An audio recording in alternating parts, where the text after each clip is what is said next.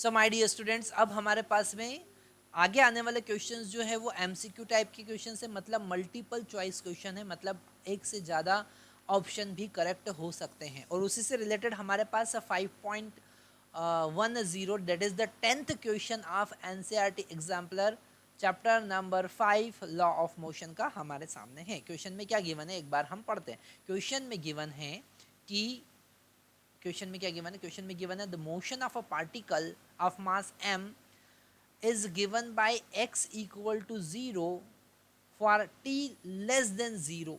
Okay, मतलब अगर हम यहाँ पर एक नंबर लाइन सिस्टम, एक नंबर लाइन बनाए, चलो भैया ये है टाइम और इधर है डिस्प्लेसमेंट, है ना।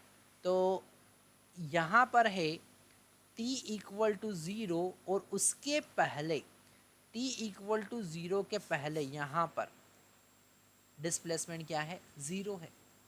और आगे क्या कह रहे हैं वो कि t in between 0 to 1/4 second, मतलब कि t इक्वल टू 0 से t इक्वल टू 1/4 सेकेंड के बीच में जो डिस्प्लेसमेंट है x equal to a sine 4πt given है।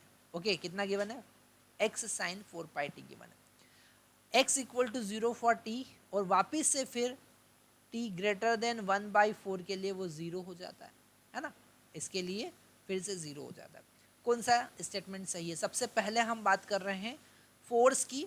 Force at t is equal to 1/8, मतलब यहाँ पे कहीं t इज इक्वल टू 1/8 होगा और उस पर फोर्स क्या है। तो फोर्स फाइंड करने के लिए मेरे प्यारे बच्चों सबसे पहले हम फाइंड करेंगे एक्सेलरेशन, है ना। तो अगर हम एक्सेलरेशन फाइंड करें तो डिस्प्लेसमेंट x इक्वल टू हमको गिवन है a साइन 4πt, है ना। तो वेलोसिटी क्या होगी, इसको एक बार डिफरेंशिएट कर दो। तो जब हम इसको t के रिस्पेक्ट में डिफरेंशिएट करेंगे तो t का जो कोफिशिएंट है उसका मल्टीप्लिकेशन आगे हो जाएगा, मतलब 4π आगे आ जाएगा, a और साइन का कितना हो जाएगा, cos 4πt। ओके, तो ये वेलोसिटी आ गया। इसको फिर से एक और बार डिफरेंशिएट करेंगे तो एक्सेलरेशन आएगा। ओके, तो 4π फिर से मल्टीप्लाई में आ जाएगा, तो 4π का होल स्क्वायर हो जाएगा into a into sine, cos का डिफरेंशिएशन क्या होता है, साइन, तो साइन 4πt पर कॉस का डिफरेंशिएशन तो माइनस साइन होता है, तो यहाँ पर माइनस लगा दिया। अब हमको फाइंड करना है t इज इक्वल टू 1/8 पर, तो इस एक्सेलरेशन में हम t का वैल्यू 1/8 पुट कर देंगे, मतलब हो जाएगा -16π² a साइन 4π और t का वैल्यू कितना है 1/8, t का वैल्यू कितना है 1/8, और यहाँ पर इसको कैंसिल करेंगे 4 को, तो ये हो जाएगा π/2, 2 दो बार कटेगा ना, तो π/2 और साइन π/2 कितना होता है 1। तो एक्सेलरेशन हमारे पास में आया, एक्सेलरेशन a इक्वल टू हमारे पास में आया -16π² a। और अगर हमको फोर्स फाइंड करना है तो हमको ये पता है कि force is equal to mass into acceleration होता है, मतलब force is equal to -16π² ma हो जाएगा। तो क्या ये फर्स्ट वाला ऑप्शन सही होगा, देखो एक बार।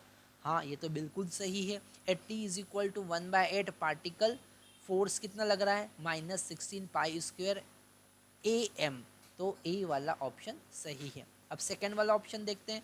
The particle is acted upon the impulse of magnitude 4π² am at t equal to 0 and at t is equal to 1/4। Okay, तो यहाँ पर हमको दो जगह इम्पल्स फाइंड करना पड़ेगा, है ना।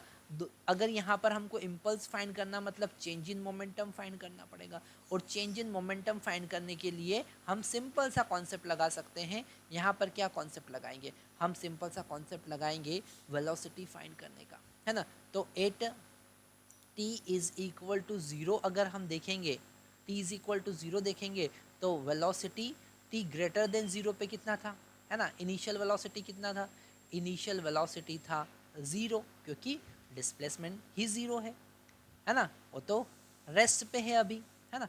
और फाइनल वेलोसिटी की बात करें तो हमारे पास जो इक्वेशन आया है उसमें हम वैल्यू पुट कर देते हैं वेलोसिटी का। तो वेलोसिटी का जो इक्वेशन आया है उसमें इक्वल टू 0 पुट करेंगे तो कितना आएगा 4 पाई ए, और कॉस 0 कितना होता है यहाँ पर, अगर 0 पुट करोगे तो कॉस 0 तो 1 होगा, है ना।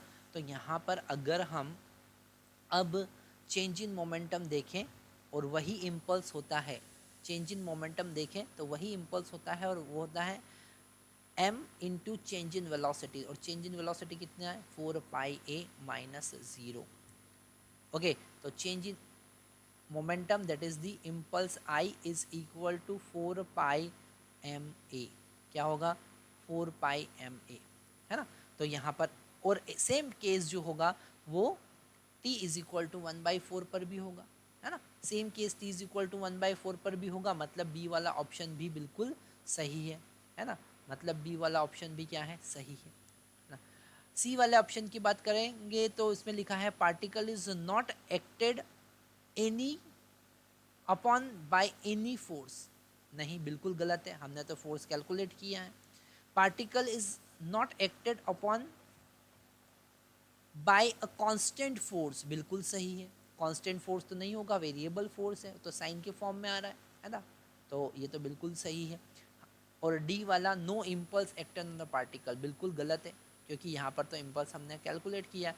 तो हमारे पास में A B and D are the correct answer. तो हम लिखेंगे आंसर में A B and D are the correct answer. Thank you.